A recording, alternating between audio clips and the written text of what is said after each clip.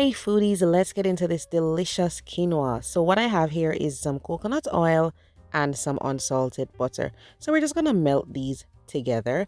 This is going to give us a nice rich flavor. Of course, if you want it vegan, you can leave out that butter. So once that's heated and melted, let's add some minced garlic. You can use as much as you like. I used maybe 3 small cloves, and that's minced up finely. And then I'm going to be adding some finely diced onions. We don't want to brown these, we just want to cook them gently until they start to release those wonderful aromas. Okay, once it gets nice and fragrant, then we're going to be going in with some other ingredients.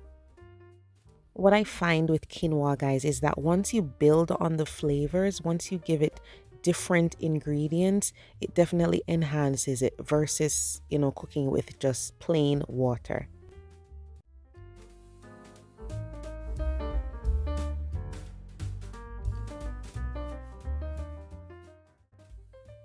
Guys, I'm going to be using some Sazon today. This is going to give a little flavor and some color. You don't have to use it. If you can't find it, you could actually use turmeric.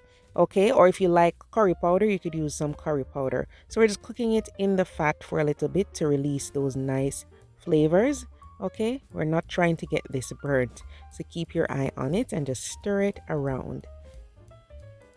Now for the star of the show, guys, beautiful Jamaican pumpkin. Whenever I find one that's really nice and rich, I like to dice it and freeze it, by a lot, and put it aside, because sometimes you can't find a good one, and if it stays in the fridge for too long, it can spoil. So I just freeze it. If you have the fresh one, fine, go ahead and use it. If you can't find Jamaican pumpkin, then of course, use another type of pumpkin or squash. All right, so we're just gonna saute this in that butter, okay, and then we will move on.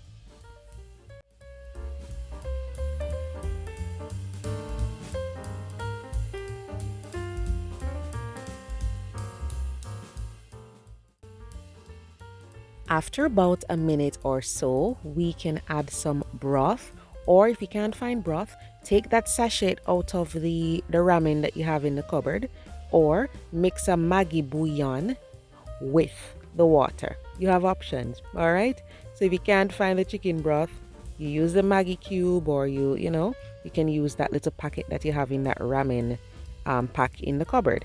And then I'm adding some wonderful, rich, creamy coconut milk, all right? And then some fresh thyme. You could even add some green seasoning if you want to, and some chopped scallion. Okay, so we'll stir all of this together.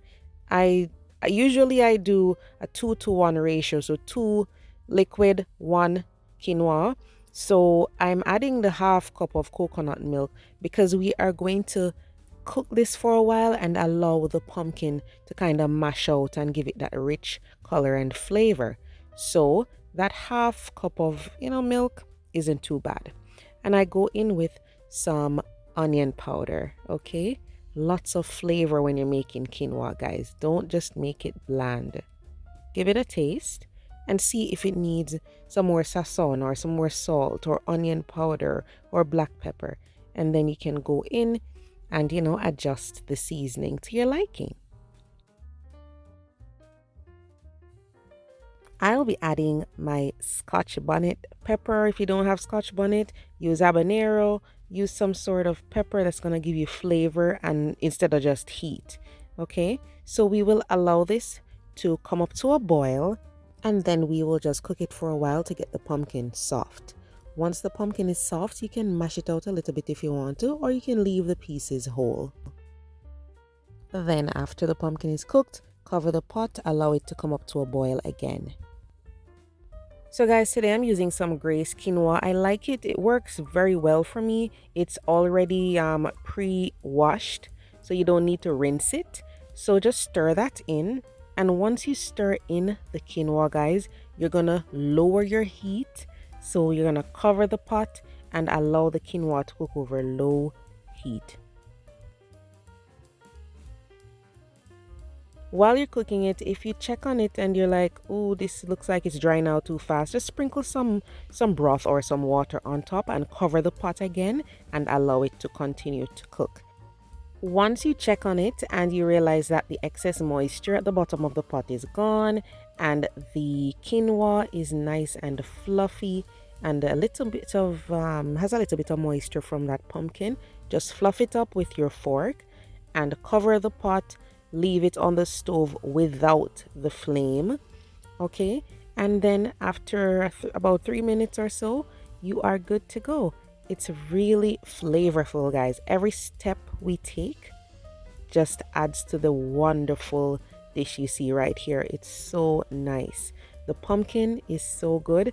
I love my pumpkin rice, but the quinoa with the pumpkin, it's actually really amazing. So give it a try, guys, and let me know what you think. See you next time.